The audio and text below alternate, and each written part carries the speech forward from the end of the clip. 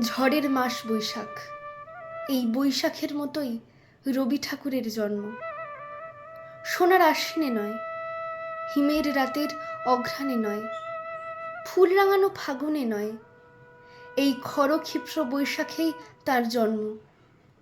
এই খ্যাপা বৈশাখের গৈরিক তিলক দিয়েই সাজানো তার জন্মদিনের ললাট। বৈশাখে প্রকৃতির নতুন জন্ম, আমাদেরও নতুন জন্ম এই বৈশাখে, 25শে বৈশাখে, রবি ঠাকুরের জন্মদিনে। দেখতে হয় না ক্যালেন্ডার, জিজ্ঞেস করতে হয় না তারিখটা কবে। আগে থেকেই বুকের মধ্যে সাড়া ওঠে, 25শে বৈশাখ আসছে, রবি ঠাকুরের জন্মদিন। বছরের একটা দিনের জন্য তারা নতুন হয়ে যায়।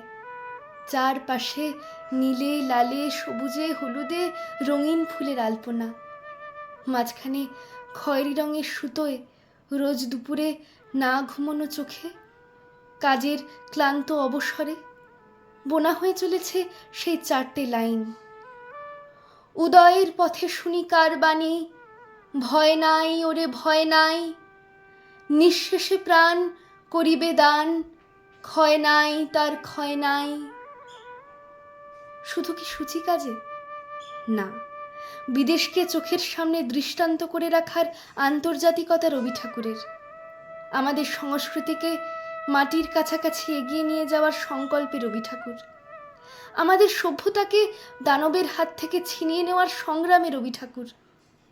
আকাশে মাটিতে মনে এত যে বৃষ্টি পড়ে, তার ছন্দ রবি ঠাকুরের। এত যে ফুল ফোটে, তার গন্ধ রবি ঠাকুরের। তাই প্রতিদিন তার জন্ম, কোনোদিনই তার মৃত্যু নেই।